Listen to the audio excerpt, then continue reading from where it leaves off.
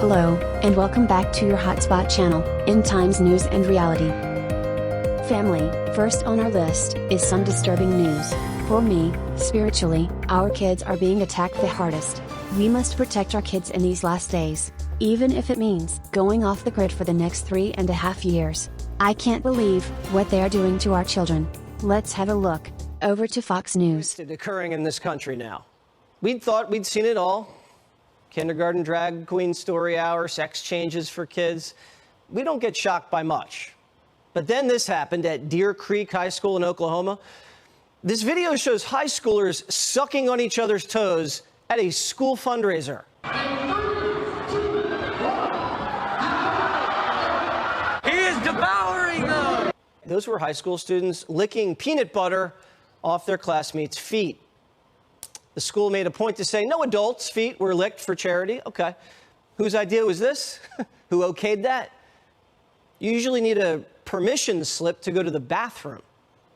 You can't tell me people weren't surprised. This video went crazy. Almost 50 million people saw it. And now it's led to a formal investigation by the Oklahoma State Department of Education. The school district had to come out and say this, quote, "Through this specific game, we failed to uphold the dignity of our students and the proud image of our community. We fell short, and for that, we greatly apologize." Liberals are defending child sex dolls.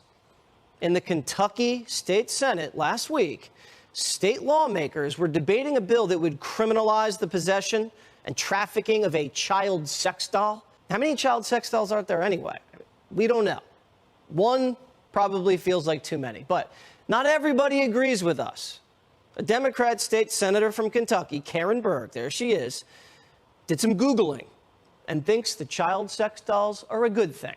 I was completely unfamiliar with child sex dolls, so I had, of course, to Google it last night. Minor attracted persons.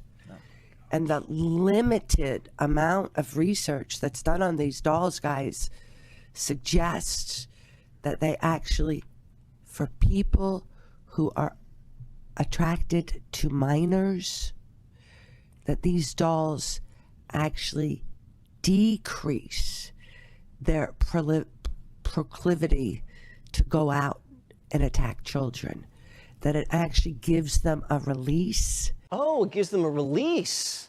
That settles it. Child sex dolls for everybody.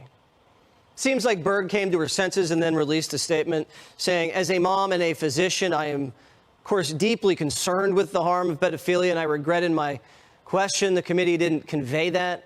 I voted in favor to outlaw child sex dolls, thank God. But why does the left keep trying to normalize pedophilia? And why do they call them minor attracted persons?" Let's bring in clinical psychologist Dr. Chloe Carmichael. Before we get to the child sex dolls, can we talk about the sucking of the toes? What purpose would that serve? Well, Jesse, that's a very good question. And I know that the school tried to say, well, no adults, toes were sucked. But nevertheless, they monetized the experience of high schoolers doing this to each other. And when we are in an environment where people are using ridiculous terms like minor attracted persons, and we have an epidemic of child porn, both children being featured in and consuming porn, and I'm sure in their comprehensive sex education, they probably cover kink and everything else now. And so there they then decided to have these high schoolers doing this to each other at an event that was for fundraising. On some level, this experience was monetized, and that is disgusting. The school should be completely ashamed. A foot fetish fundraiser. You have adults. You have gym teachers and administrators sitting there in the bleachers watching kids suck each other's toes for money. Every adult in that room should be ashamed of themselves. When that school put out a statement saying we failed to uphold the dignity, they actively degraded the dignity by encouraging or even permitting. As you said, children need a permission slip to go to the bathroom, much less to engage in this type of activity. These children who have been isolated through COVID and again exposed to this porn epidemic, and now we're going to encourage them to lie on the floor and suck each other's toes in a monetized environment. I honestly think that there should be a lot of firings that occur in Oklahoma very soon. There should be arrests. That's what there should be.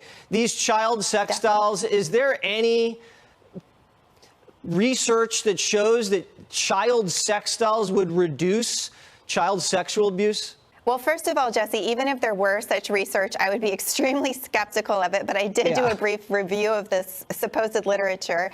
And no, there's not even, such a convincing, quote, body of literature. But as a clinical psychologist, what I would say is that being with a child sex doll would be tantamount to what we call cognitive rehearsal, where you are actively doing, just like we know a basketball player can visualize himself making the basket and then he'll do it. That's what these doll props would be. They also encourage what we call cognitive elaboration, where maybe you have a curiosity or a fantasy, and then with this prop, you go ahead and you start elaborating on it. Even worse is the insinuation that this is in some way therapeutic, because what's next? Are taxpayers going to be paying for somebody's therapy child sex doll? And are we going to give domestic abusers a doll of their wife that they can smack that doll around, and we're going to tell them that that's therapeutic? Yeah, it's one of those boxing dummies. Just give every domestic abuser one of those. Problem solved. And this is happening in Kentucky and the toe-licking Oklahoma. States I'd never thought I'd see experience that kind of depravity. When the world crossed the line with gay marriage, those of us who are followers of Jesus Christ knew that sexual immorality would now progress into an anything-goes mentality. After the gays got their right to marry, it wouldn't stop there. The pedophiles now want their sin legalized, and we are seeing a big push for sexualizing children. God gives a dire warning to anyone who would cause a child to sin, as we read in Matthew 18:6 and 7. But whoever causes one of these little ones who believe in me to sin, it would be better for him if a millstone were hung around his neck and he were drowned in the depth of the sea.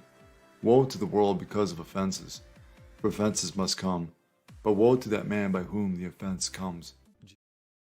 A new warning from President Biden if a ceasefire deal is not reached before the start of the holy month of Ramadan this weekend. The stakes are sky high, with President Biden warning if there isn't a ceasefire deal in place for the beginning of Ramadan at the end of this week, then the situation in Israel, and specifically here in Jerusalem, could be very dangerous. In the last days, the prophet Zechariah tells us Israel will be the focal point of world conflict, and he gives a dire warning to the nations who would dare come Gaza against. continues. Negotiators in Egypt have yet to achieve a breakthrough with Hamas for a ceasefire. President Biden says Israel has done its part, and now it's up to the terror group to reach an agreement. The hostage deal is in the hands of Hamas right now. Okay. Because they've been an offer, a rational offer. The Israelis have agreed to it.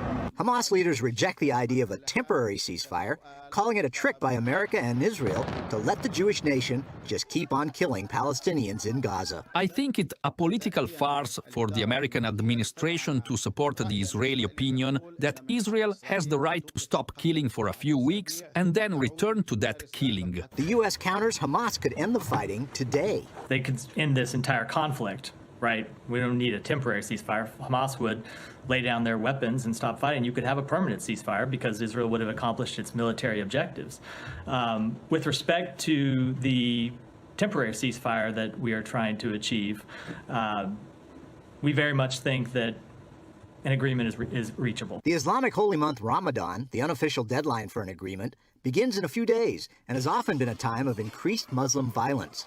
Hamas, Iran, and its other proxies in the region are openly for more October 7th style attacks, but this time in Jerusalem and on the Temple Mount. There's got to be a ceasefire because Ramadan, if we get into a circumstance where this continues through Ramadan, Israel and Jerusalem, again, it could be very, very dangerous. For instance, Turkey's president is warning Israel not to restrict access to the Temple Mount for Muslims during Ramadan, or it will face real trouble. The consequences of taking such a step will undoubtedly be very severe. Israel's prime minister is reassuring the world that his nation will protect religious freedom. We will do everything to preserve the freedom of worship on the Temple Mount. Israel's policy has always been and always will be to maintain freedom of worship for all religions. Thank you for watching. Family, stay alert, stay aware, don't be scared, and always be prepared. Love ya all. Peace out.